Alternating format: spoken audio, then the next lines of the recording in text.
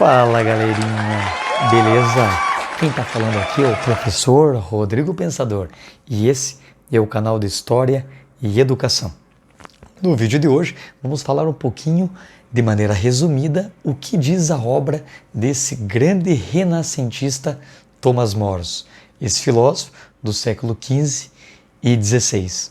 Quer saber? Eu também quero explicar. Então, primeiro, dê um like no nosso vídeo, inscreva-se no nosso canal para receber as atualizações e depois da vinheta, cola com a gente. Roda!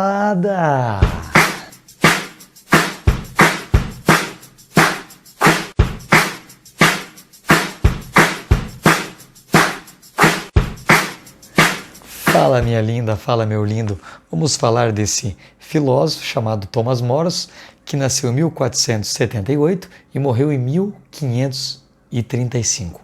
Esse filósofo, ele é renascentista. Então, vamos contextualizar historicamente para vocês entenderem.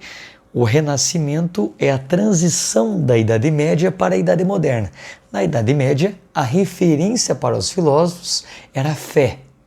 Era, então, a crença em Deus como base para compreender o mundo.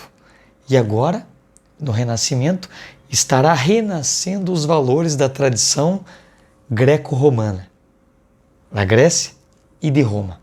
Ou seja, a base vai voltar a ser a fé ou a experiência, no caso, os sentidos. Então, Thomas More criou essa obra chamada Utopia. Utopia vem de utopos, que significa um lugar que não existe. Nessa obra de Thomas More, ele vai explicar como viviam os habitantes de uma ilha muito distante. A gente não pode esquecer, Thomas More é um filósofo inglês, escritor e também chanceler. Foi chanceler na Inglaterra e tinha a intenção de mostrar uma sociedade perfeita. Essa sociedade era organizada por meio de um príncipe que ele organizava a sociedade com base na razão. Era o pensamento e não mais a fé ou a autoridade política ou religiosa que fazia com que as pessoas acatassem as determinações.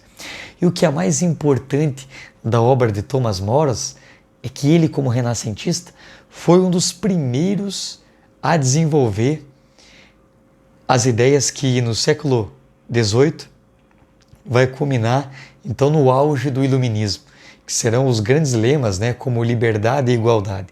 Essa sociedade ela é livre, porque cada um tem o direito de acessar qualquer uma das religiões, então você tem uma liberdade religiosa, então já é uma crítica a toda essa dominação da Igreja Católica até a Idade Média, porque quem não era católico era visto como herege. Então essa crítica é muito importante nesses autores.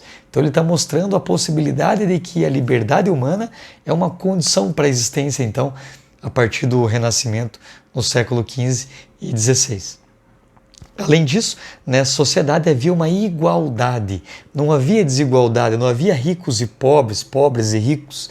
É uma crítica também ao próprio conflito no qual viviam os europeus no século XV e XVI. Não havia desigualdade porque não havia propriedade privada. A gente vai ver com Rousseau no século XVIII que a propriedade privada dá origem à desigualdade. Se você não entendeu, compreendeu essa ideia, você pode acessar os nossos vídeos aqui sobre Rousseau. Então, Rousseau é um filósofo contratualista que vai desenvolver um pouquinho mais essa ideia, pegando como pressuposto as ideias de Thomas More. Nessa sociedade perfeita de Thomas More, é muito legal notar que as pessoas trabalhariam no máximo 6 horas diárias. Então, diariamente, 6 horas, e ainda tinha tempo para o lazer. Percebam que é uma crítica à nossa sociedade atual. Dá para a gente fazer uma crítica em relação à nossa sociedade no que se refere à retirada de direitos. Hoje a gente tem que trabalhar muito mais, tem que fazer hora extra, trabalhar em 2, 3 empregos e ter menos direitos. Então é uma crítica. E esse filósofo, como sendo idealista, assim como Platão, ele projetou uma sociedade perfeita. o que vale ressaltar é que o idealismo serve para a gente poder avaliar a nossa sociedade atual, no caso a de Thomas More no século XV e XVI, se ela está dentro dos parâmetros vistos como correto ou não. Se você não tem uma referência enquanto ideal, não tem como você avaliar se uma sociedade está caminhando no sentido rumo a um progresso ou não. Então, o que queria mesmo Thomas More era uma sociedade vista sem classe, onde todos fossem iguais, felizes e as pessoas fossem de fato livres. Então, cada um tinha uma função nessa sociedade e a sociedade funcionaria de maneira bem ordenada e organizada, onde imperava a paz e a ordem social. Então, espero que vocês tenham entendido o vídeo sobre Thomas More. Sua principal obra é A Utopia. E deixe embaixo as suas dúvidas, críticas e sugestões. Beleza, meus lindos? Não esqueça, eu sou o professor Rodrigo Pensador e esse é o canal de História e Educação, feito para você, por você e para mais ninguém. Não esqueça, dê o seu joinha, inscreva-se no nosso canal e até o próximo vídeo. Um forte abraço. Até!